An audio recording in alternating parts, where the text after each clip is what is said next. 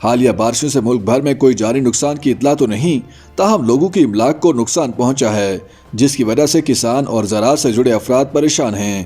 جامعہ پنجاب کے شعبہ agriculture studies میں تعینات ریسرچ آفیسر کرامت علی نے حالیہ بارشوں کے نتیجے میں فصلوں کی کم پیداوار کے خدشے کا اظہار کیا ہے۔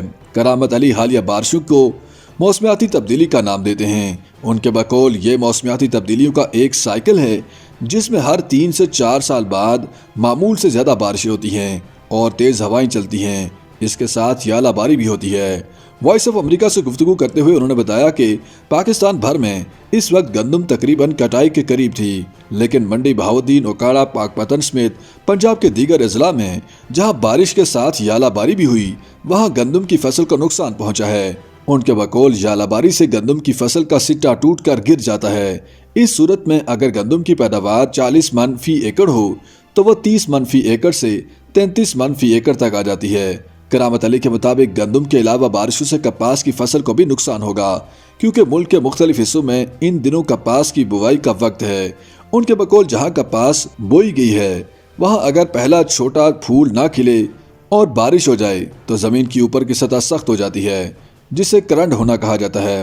اس کی وجہ سے کسانوں کو کپاس کی فصل دوبارہ بونا پڑتی ہے اور ان کے اخراجات مزید بڑھ جاتے ہیں۔ دوسری جانب محکمہ موسمیات کے ڈائریکٹر چودھری محمد اسلم کہتے ہیں کہ جن علاقوں میں کم بارشوں کی توقع ہو وہاں زیادہ بارشیں ہو جائیں تو اسے ماحولیاتی تبدیلیوں کے باعث ہونے والی بارشوں کا نام دیا جاتا ہے۔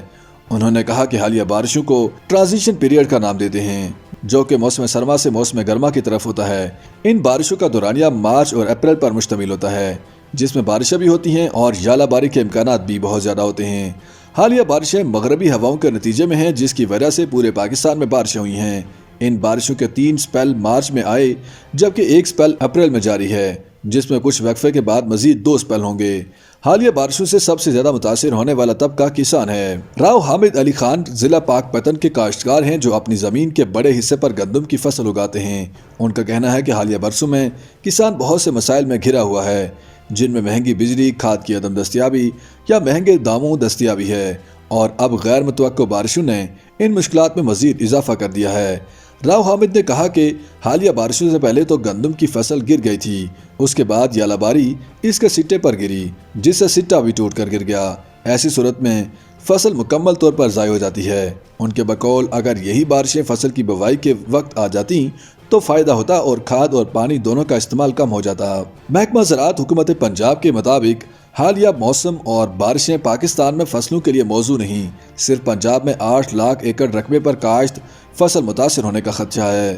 محکمہ زراعت پنجاب کی ڈائریکٹر جنرل ڈاکٹر محمد انجم علی بتاتے ہیں کہ صوبے میں پہلے ہیٹ ویو دیکھی گئی، جس کے بعد اب کولڈ ویو کے اثرات ہیں۔ ان کا کہنا تھا کہ پنجاب میں 1,98,00,000 ایکڑ رقبہ قابل کاشت ہے، جس میں سے 1,60,00,000 ایکڑ رقبے پر گندم کی فصل کاشت کی گئی ہے۔